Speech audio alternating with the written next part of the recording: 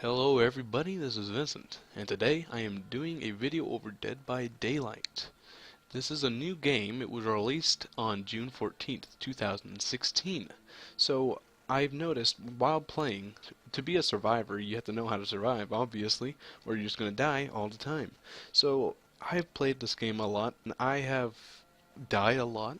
I've also lived a lot, and I have thought about what helped me survive, what helped me die, basically. Here are some tips and tricks on what to do and what not to do, how to survive, and how to win as a survivor in Dead by Daylight.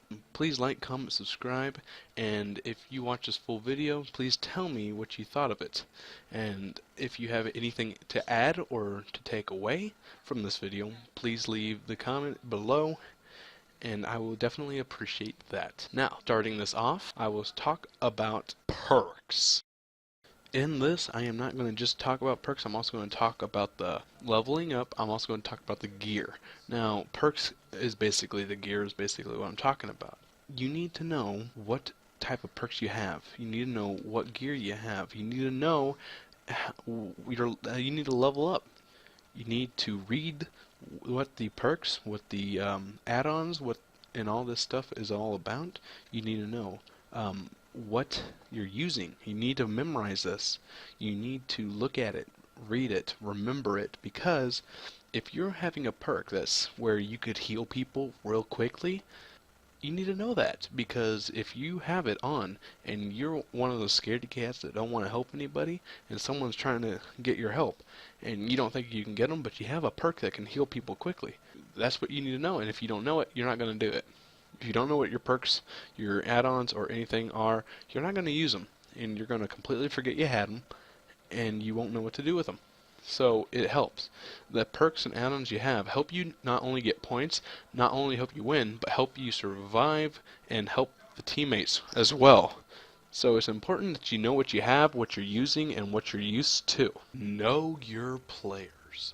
If you have played at least one game of Dead of Daylight, you know that there is at least one person that has no clue what they're doing, or they just don't even want to try. It's really important that you use teamwork and you try to be around your teammates as much as possible in this game. But if you know someone is not wanting to try and not wanting to play right, and they're just wanting to do everything stupid, it is better if you're alone and away from that person rather than being around him or her. Also, if the player is not only trying to be a jerk and just do nothing and run around and be stupid, but if the player is bad, like as if the player is running around in the middle, always getting caught, if the player is trying to use generators and every single time the player gets one of those, I don't know what they're called, the circle things where you have to hit space on the computer, if you get into the line, the machine will not blow up. But if they are horrible and they keep hitting that no matter what, they just are not good at it, do not run around those people. Do not try to help them with the generator, because if they keep making that thing blow up, that's just going to show the killer exactly where you are every time. And you would be better off without that person rather than being with them. So know your players and know who is useful to be around and who is not. Moving around the map. Now, some of you might be thinking, what's so hard about just moving around the map? Now, that's actually one of the most important things to know, and the most important things to master in this game. It's to know how to move around the map. There are multiple things you need to know how to do. You need to know where the killer is. Now, you might be thinking that's crazy. Usually you want to avoid the killer and never see him, but that's the opposite of what you want to do. Yes, you want to avoid him, but you always want to know where he is. You want to try your best to know where he is and always have a thought of where he might be at all times, so you can always avoid that. And one thing, I know in some maps there are higher spots. There's like a hill in one map, there's houses with stairways.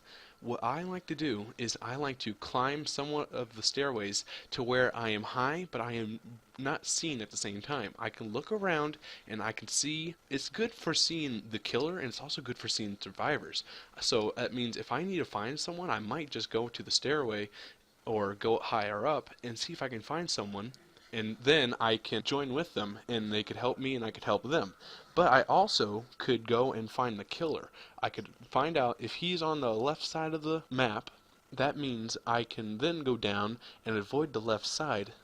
And while I'm walking around, always stop to see if you could find him. So if you see him from the left side and then you just see him on the right side, that means you need to avoid the right. And you always have a picture. You need to memorize patterns. That is very important. A lot of killers have patterns. They love to go, some of them just love to go in circles. Some like to go in a straight line, left to right, left to right. Some of them love to go to the left side and circle around that side, then go to the middle, then circle around the middle and just look around the middle. And some of them like to just go to the right and circle around the right, and some just go crazy. There's some of them just don't have a pattern whatsoever, but a lot of them do. I have realized that, and it's just good to know if they have a pattern or not and memorize it. It's also important when you're moving around the map to use your surroundings. It's very important that if you use your surroundings that you know what you're doing. If you push down like one of those wooden pallets, you need to learn how to juke them, which is basically you just, if he goes to one side, you go to the other. You jump over the pallet or jump through the window or anything like that over it, and you make him go from one side and you go to the other. And that's very important so he doesn't catch up to you and you get away faster. But the big reason a lot of people get killed is they think they can do that all the time. Then the killer memorizes their pattern. Every time he does something, they'll juke him and they'll be on the opposite side. And then he develops a plan to capture you and you get yourself killed. It's very important that you juke the killer, but you do not do it all the time. You juke him, try your best to make it where he does not know where you're at, and then you bolt. You go anywhere that's far away from him. You might be wondering, where should I be at all times? 90% of the time that you should be in the map is on the outskirts of it. You should be all the way out. You should not be in the middle. The only time you should ever be in the middle is to help someone or to get a generator, or to open up a crate that you found, but you do not want to stay in the middle for long. It is better to be on the outskirts so you can watch out for the killer, know where he is, develop the plan of what he does, and develop your own plan of what to do. Where is a safer place, what generators would be best to go to at that moment, and stuff like that. Teamwork! You gotta understand, there are some people that do not use teamwork. They don't think that it's helpful. They think if they do things by themselves, they're going to win. Now, there are in some cases that I have won by myself, but that is very rare, and it's usually because the killer is really bad. Things you should do with your team is you should always help each other with the generators. There should usually be 3 people on the generator, which would help it tremendously. Now, there's one thing you can do, is let's say there's 2 people on the generator, but you know that the killer is somewhere around there. You can walk around them. You can go around the barriers that they are near and you can watch out for them. You can make sure the killer's not coming, and if he is, you can start running away, which most likely will help them know that the killer is coming, and they will run away as well. You also need to help people whenever they get hanged. Not all the time do you need to help them, but a lot of the times you do. It's not that hard. All you gotta do is walk slowly over there and look all the time. It depends on what killer they have. If they have the invisible one, that's harder to do, because you gotta watch out for him. If the killer is not using the invisible one, all you gotta do is watch out for him. And if he's not around, you gotta watch out for if he set down traps, if they're using this trap killer. And then all you gotta do is go and take the player off of the hanger, and it helps you guys keep your players going. It's not hard, and it's something that you need to do to help survive, because that means you have more players. Now, the technique you gotta do is right when you take them off the hanger, there's 2 things you should do. One is you should either run to the edge of the map, stop moving so the killer does not have any more tracks to follow if it's finding your tracks, and watch out for the killer. The second thing you could do is, if you take him off the hangar, both of you could run somewhere and maybe go into a closet or something like that and hide. That is not really recommended because that is something the killer should be thinking of. If someone gets off the hangar, should be checking the closets or anywhere that people could be hiding, but it is a good spot because some killers do not like to check the closets whatsoever. And you guys should always help heal each other. There are some people that don't even heal. There are some people that heal in the dumbest spots. Like, I have been on the hangar and someone took me off and they thought it was a good idea to patch me up right when they took me off the hangar. Now, if they have a medic pack where it goes real quickly, that's not too much of a problem unless the killer's coming at that moment. But a lot of them don't even think of where they need to patch someone up. You need to help each other, yes, that is true, but you also need to do it smart. First, go to cover, maybe behind a big tree or in the tall grass, and then start healing them. Also, this is a good teamwork strategy. It's called the wiggle code. That is what I was told. I did not make up this strategy. I was told by a friend. I just asked him if he made it up, but he said he was told by a guy in a lobby and he does not know who he is, so I can't take credit for this. Someone else thought of it, and it's a good idea because it's really hard to communicate with people in this game because they did not make much of a way to do it. But if you are on the hangar and the killer is camping your body while you're on the hangar waiting for someone to come, when you're on the hangar you can see your allies, your survivors. You can see them and you can see if any of them are getting close, and you can tell if any of them are seeing you. What you do is, when you're on the hangar, you have the ability to try to wiggle off, and if you go all the way and you try to wiggle off, that makes the hangar, the stuff that is on the hangar, come and kill you faster. The claws that are come and kill you. I don't know what they're called. But if you try and do it, but you do not go all the way, it will cancel the fact that those claws are coming to kill you faster. And that means you could do it as many times as you want, and it will not affect the fact that the claws are getting to you faster.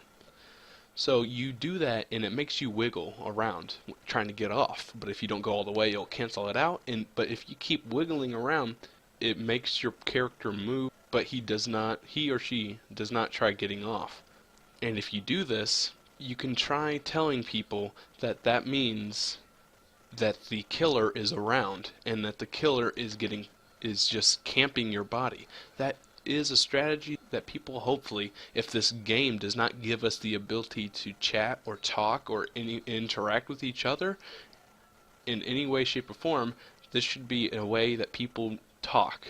Whenever someone's on the hangar, they should do this thing called the wiggle code, or whatever you want to call it. I don't care. You should do this, and it tells them if they are being camped or not, because that is a big problem in the game. People get camped, and if they're being camped, you don't really need to go and try getting them. Also, the last thing I think I should talk about on teamwork is, if you're being chased, do not be the jerk that knows where your teammates are and runs right towards them. I know there are sometimes that you have to run towards them because they're in your way, or sometimes they run in front of you and you meet up and crisscross and stuff like that. But if you have to just run, if you get caught and you know, like, if you're all in a group but you're the only one that gets caught, and you know if you keep going that he's going to find all of them, you might as well be the brave one and just run in the middle and do whatever you can to get away, or just get caught. Instead of just all four of you getting caught, just be the brave one to get yourself killed or try your best to escape. The good and bad things to do. Alright, what I am doing here is I'm going to briefly go over basically everything I said, and I am going to basically refresh your mind, because I know this has been a long video. This was longer than what I thought it'd be, but I have basically wrote everything down. I have papers here, and I'm going to read off not everything, but I'm going to read off the important things, the good things to do, and the bad things to do. First, I'm going to do the good things. The good things to do is find survivors. You really want to find them. You really want to be united with people so you have more teamwork and more help. You also want to know what perks you're using. You want to make sure that you're using what you know and not using what you don't know. You want to make sure also that you find the killer. You know where he is so you don't run into him. You do not accidentally meet him, and you're not just running around blindly hoping that you don't meet him. Also make sure, here's a little thing that people don't do. When you're trying to fix the generator and you mess up and it starts blowing up, don't just go back to fixing it. When you blow it up, that makes the killer know where you are, because in the game when you're a killer and the generator blows up, it shows a big ball of light and it tells them that someone just messed up on a generator, and that's where he usually goes. So when that happens, run away to a place maybe around that area and try hiding, and then if he's not coming back, then you can go back and start doing the generator all over again. Now another thing that is good is to juke the killer. Be a little crazy sometimes, go over windows, pallets and stuff like that, and make him have to go around things, and it slows him down so you can go and run away. You can also, people don't do this too much, but you can also go around trees real quickly, and he can't, and since he's bigger, it's harder for him to go around trees. So if you zigzag through trees, you can sometimes easily get away. And you can also get in closets, sometimes that works. Make sure you go up high so you can make sure he's not somewhere around you, or maybe you could go high to just check and see where he is, or maybe any other survivors. And here's a thing that people don't do: peek corners. If you are somewhere and you don't know what's behind this corner, just peek it. You're in third person, you could peek it without showing yourself. Always be on the outside walls. Here's an important thing: when you are about to be approached by the killer, do not freak out and run around like crazy because you think he's found you. A lot of the times, if you're hiding and he just somehow comes your way and you don't know how he knew you were there, don't freak out. Most of the time he's just going there because he just thinks. But sometimes he might be coming your way and he might just go a different direction. But if you freak out and start running around, obviously he's going to see you. But if you just stay there, hopefully he doesn't come there and he goes somewhere else. That's happened to me a lot of times. Now, apart from me saying whenever you don't know if he found you or not, just stay there and make sure he doesn't know exactly where you are, because he might not. Don't just sit there and let him find you. Let's say you are in a corner and you know he's coming straight towards you, and there should not really be anywhere else he's coming, because let's say you're near the generator and you just sit in the corner and you see him coming. Don't just stand there. Run around, or run away, and maybe try finding a closet, maybe try finding some other cover that would be better for you. If you think you can find a way to find better cover without him seeing you moving, then that's when you should do it. Trees, broken cover with holes in it, because you can be seen through that stuff. And then bad cover is also just being in the open, not even having cover. Also, people never use the escape tunnels, like those square things. Instead of the big escape doors, which always get camped, or that's where the killer likes to check out, if you can memorize where the escape tunnels are, it's easy to escape the map with the escape tunnels, or whatever you want to call them. I hope you guys like this very in-depth video on how to be a good survivor on Dead by Daylight. Hope this has helped you, hope you like it, and before you go, there is something I need to show you. A friend of mine on Steam made a item guide over the items that you can use on Dead by Daylight. I only read a little bit of it, and I do not know exactly what it's all about, but it looks like it can be helpful, and if you want to know some things about the items in this game, check out the link below this video, and it will take you straight to my friend's guide. His name is Lewis Oak, and hopefully it helps you in any way, shape, or form. But that's it, everybody. Hope you guys enjoyed the video. Please tell me what you think I should have said, or stuff that might not have been helpful, stuff that you don't think would work, or anything that you might want to tell me. I am up for any options or opinions that you have on this video. But all in all, I hope you guys enjoyed it. This took a while to make, but please like, comment, subscribe, because I am making some new videos with some new games, and I hope you guys are going to like them. So with all that said, have a great day, and I'll see y'all in the next video. Bye-bye!